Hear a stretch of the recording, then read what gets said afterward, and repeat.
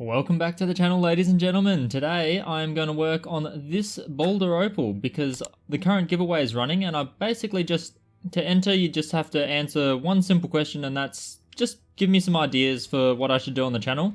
And an overwhelming number of people have already said Boulder Opal, and it's only a couple days in. So Boulder Opal seems to be hugely popular amongst the people, and it is my favourite of all the opals, so I'm more than happy to oblige.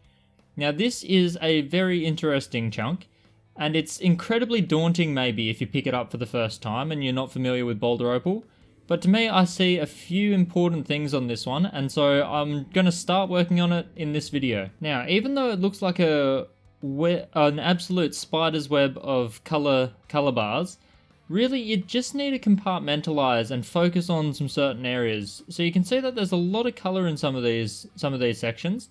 But what's really important is to work out where you think you can get a stone. And in this case, I've identified this section just here. So this top corner could be easily sliced off, and we're going to try to face a stone here by taking off this corner.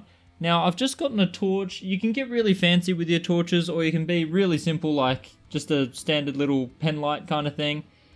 And I can shine the torch in from this direction, and this direction, and I can see the light travel through this entire bar. So even though there might still be some sort of inclusions, though I saw very little shadowing, it does seem to be a fairly clean bar. And you can see here, it does definitely have some color. So if we can just knock that off, and this nice bar goes all the way to about where this white starts here, and probably to about here, you've still got yourself a nice, I don't know, probably end up being like a 2-3 carat stone. So that's what we're going to try to do. Now if that fails, with Boulder Opal you've got plenty of backups, you've got heaps of backups. So over here you can see huge colour. Now I don't know if it links to here.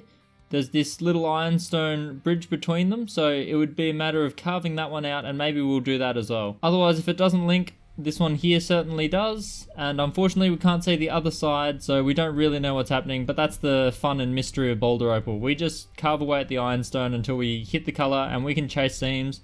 And if you've been on the Facebook group, you would have seen plenty of people hit absolute cracking stones. Even this bar right here. So if I am going to later on slice down here, I could get a stone chasing this little seam right here. You can work with really thin and uneven opal when you're using a Dremel.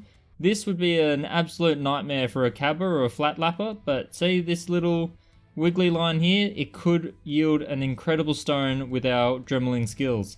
So we are going to have a lot of fun with stones like this. And the best thing is, because of how difficult these stones are to work with, especially for a cabba, we carvers can get away with scooping up bits like this for next to nothing. So definitely keep an eye out for stones that are just rejects, cutters rejects, because you can actually snag insane stones. What you do with them after, I'm not too sure, because you'll have to become really good at custom set jewelry, which I will work on one day. But for now I'm just hoarding all my stones like a dragon. So let's get out the sintered diamond and knock this corner off and see what we've got. And we're off, working on this corner first, using the 80 grit sintered diamond for all of this. This Boulder Opal is actually really tough. It's really tough stuff. It's not that loose sandy stuff. And you can see it's making the classic Boulder Opal mess. That water won't stay clean for long. And also you'll give yourself a nice little spray tan, as I'll show on screen now. A good spray tan. So definitely expect that. If you've cut boulder, it's nothing new. It's very common, and it's why I have the little glass box that I cut in. It keeps me nice and clean, except for that one hand holding the stone. That gets pretty bad. But we're just working on this corner, and there you go, fully revealed.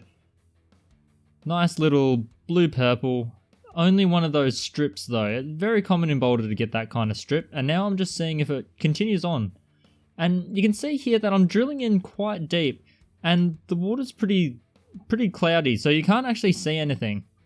You are cutting in the dark a little bit, but trust me, once you get used to it, you'll feel exactly when your sintered burr, or any burr that you're using, hits opal in comparison to the Boulder Opal.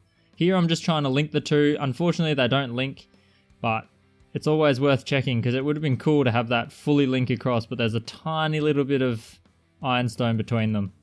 So I try to get it out a little bit more, but it just creates a wider gap, which I can then use for slicing, so not all that bad. But you can see here I'm fully blind, but I can feel exactly what's happening. You can also see how much ironstone is coming out, It's not as difficult as it looks.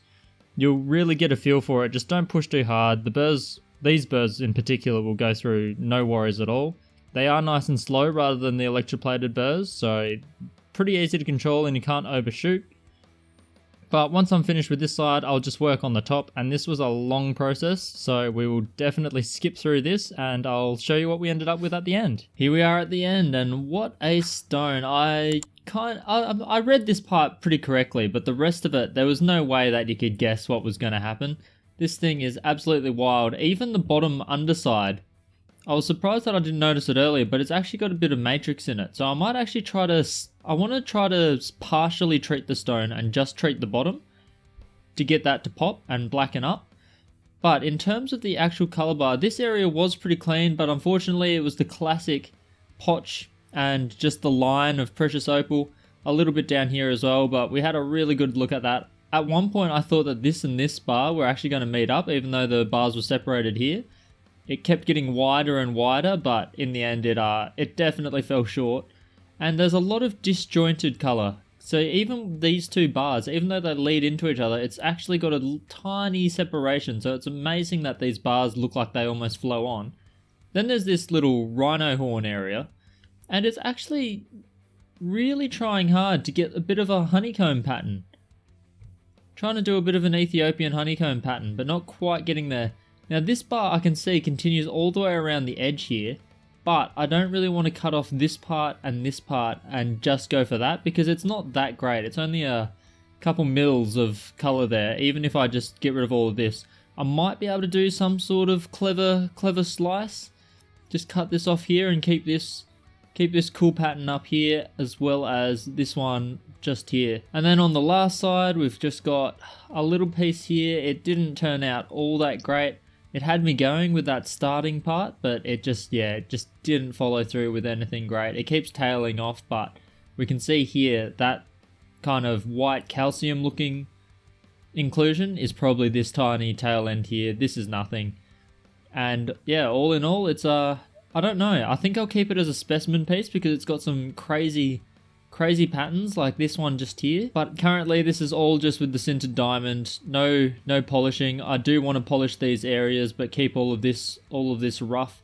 And like I said, I might just partially treat the bottom so that I can get this matrix dispersed opal to pop a little bit more. And yeah, this is the fun and games of Boulder. So I could actually slice the stone out of this section here, probably keep this section in here for an inlay, cut a little stone out of that and out of this top part here.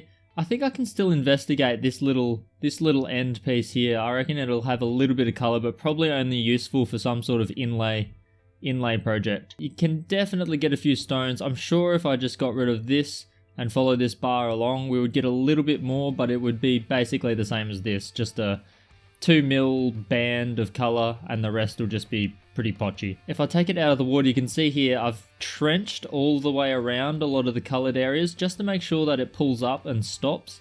You can see here, trenched pretty aggressively into this one.